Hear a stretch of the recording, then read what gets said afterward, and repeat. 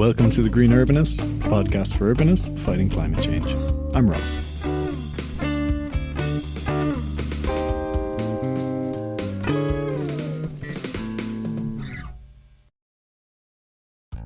Hello again and welcome to part 4, the final episode in the Landscape mini-series. In this episode I sit down with Canon Ivers. Good afternoon, my name is Canon Ivers. I'm a director at LDA Design London and I'm a landscape architect. We discuss LDA's inspiring project, the Strand, Aldwych. The Strand was for centuries a busy traffic thoroughfare in central London that has recently been transformed into a totally pedestrianised and multifunctional public space. Canon tells me the story of how this came to be, what it means for the people who use this space, and how it connects to a larger initiative to transform busy roads in central London into public spaces to promote public life, walking and cycling. It's been a lot of fun doing this mini-series and sharing these case studies and these conversations. I hope it's been useful for you and inspiring and informs your own work. And if it has been useful for you, I bet you'd also enjoy the Green Urbanist weekly newsletter, which is, as it says on the tin, a weekly newsletter that you'll get every Wednesday, covering some topic related to green urbanism. So think of it as an extra little thing on top of this podcast. You can sign up to that via the link in the episode description.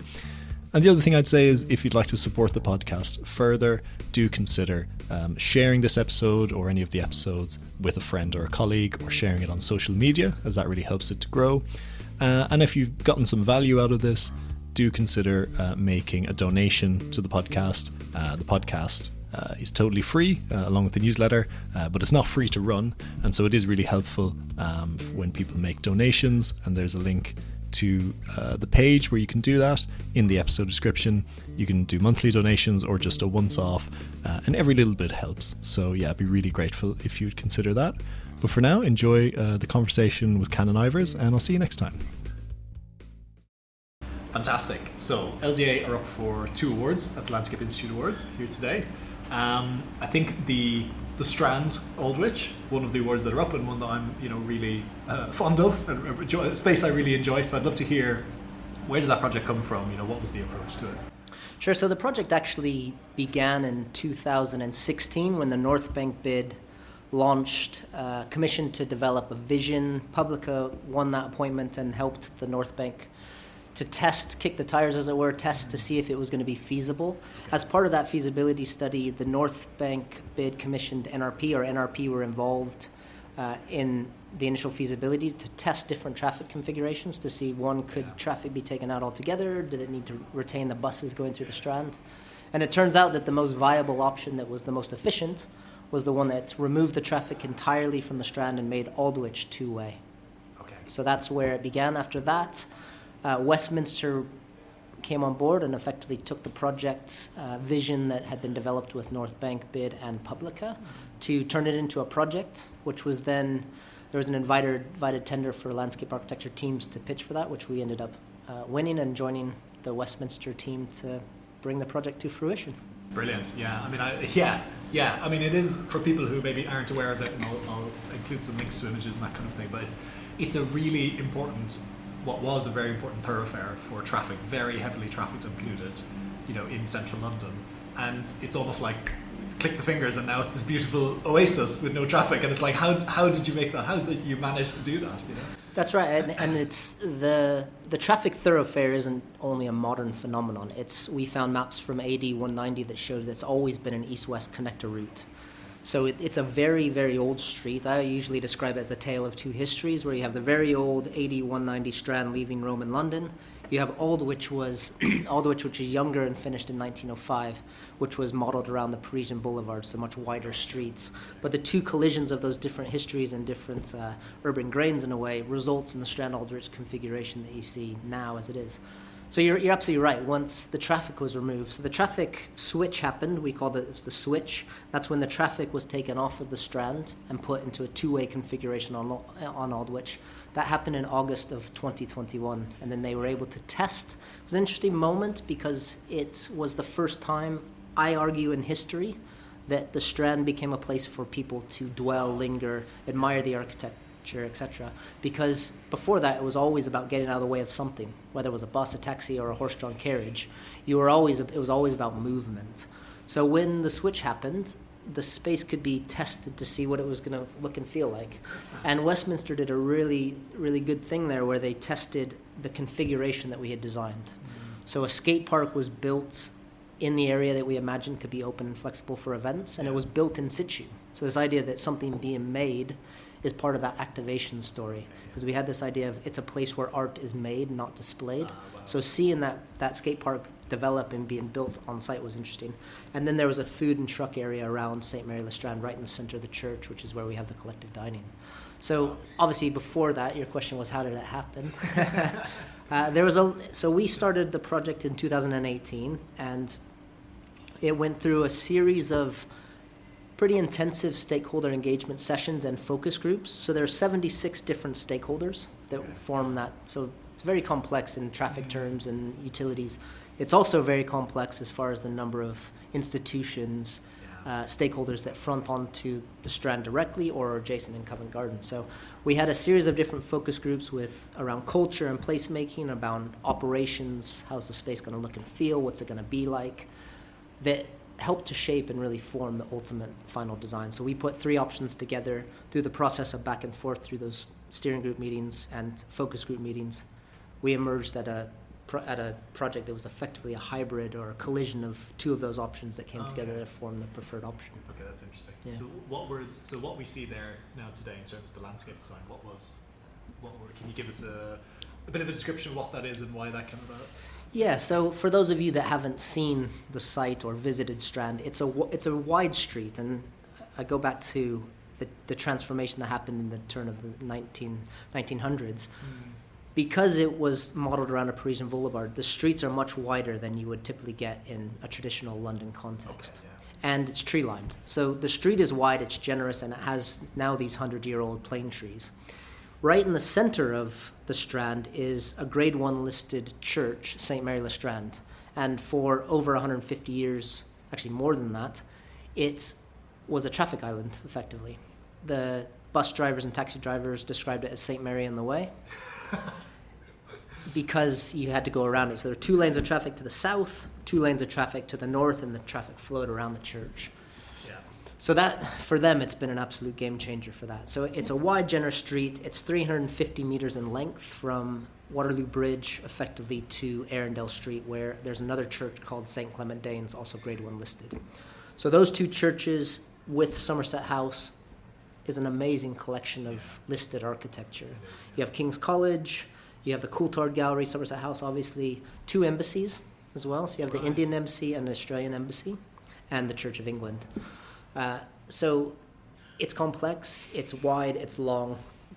The reason also, the length of it really was one of the driving factors of the design. Because it's so long, we want it to feel more episodic, as if you're moving through a series of moments rather than it just being this long linear processional route, which it is, it's a historic processional route.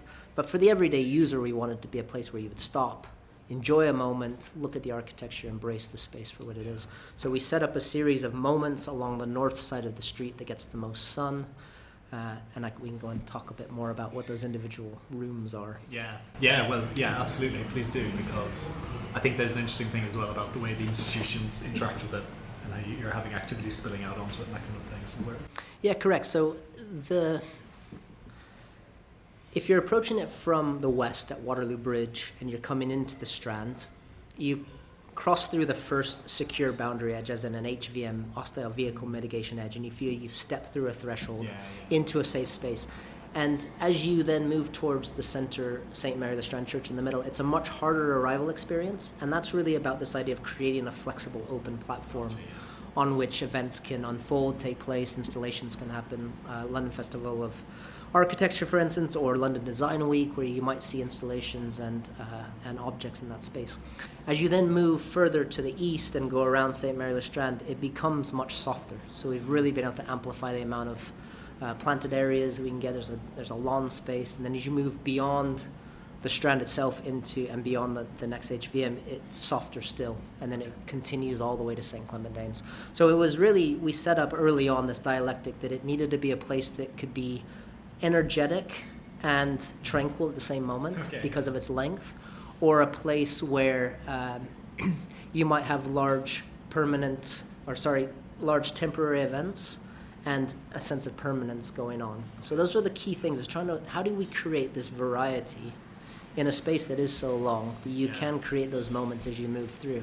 And I feel when you watch people on the site, there is that sense that if you want those quiet, reflective, contemplative moments, you can sit around St. Mary le Strand surrounded by nature, and a party could be happening in the flexible space outside of Somerset House, and the two can coexist. Yeah.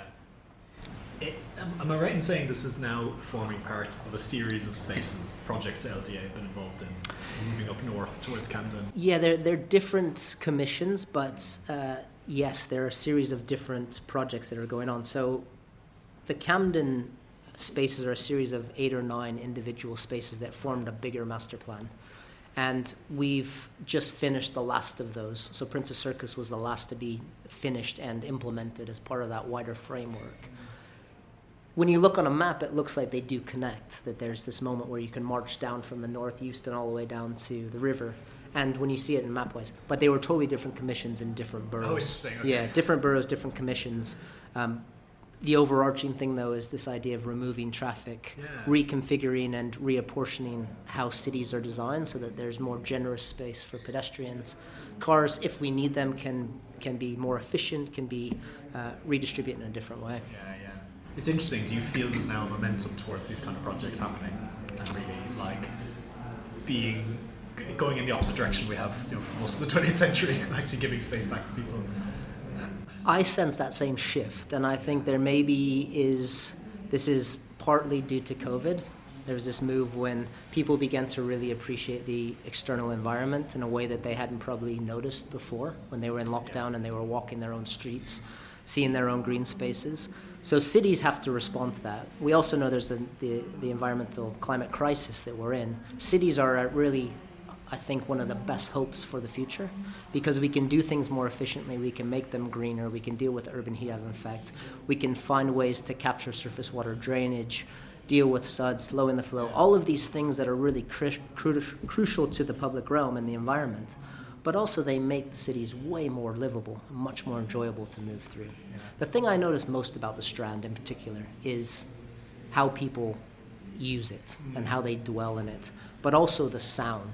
Like the sound is distinctly different when you move from Waterloo Bridge. There's a point when it still feels loud and there's horns honking and it's polluted and you feel on edge. As you move deeper into the space towards the east and you get in front of Somerset House and St. Mary le Strand, you feel yourself calm. There's a sense of, okay, this is a different space. I can relax. You let your guard down a little. But also just seeing people in the space enjoying it. There's not enough seating, which is remarkable because we have seating everywhere. And unfortunately, and I describe it as we're victims of our own success, the sanctuary gardens around St. Mary le Strand has been closed because they've had a condition survey on the church. And some of the masonry needs to be secured before they can open back up. When that sanctuary garden's closed, and there's quite a bit of seating in there, suddenly there really was not enough seating in the space. And it shows just how well it's used. And partly that's driven by the fact you have a campus of 30,000 students at King's when they're there, and they need that space. But that, for them, it's been an amazing moment to unite their campus, and if you're a prospective student, to arrive and get that experience of being on campus. But seeing all walks of life, being in the space, incidental rehearsals going on, a beautiful dance performance was being rehearsed when I wandered through, and it became a video, and it's now on YouTube. And that was the idea, right? This place where art is made, not displayed, but also a place where dance is rehearsed, not performed. And that was a nice way of how can we think differently about the activation of space, that it's not something where someone gets commissioned to do a piece of art behind the scenes and it comes and it gets just landed in the space and you take a picture and you walk on. It's the actual rehearsal becomes the activation. It was a nice thing, and to see that happen in space now is deeply rewarding and really encouraging as well.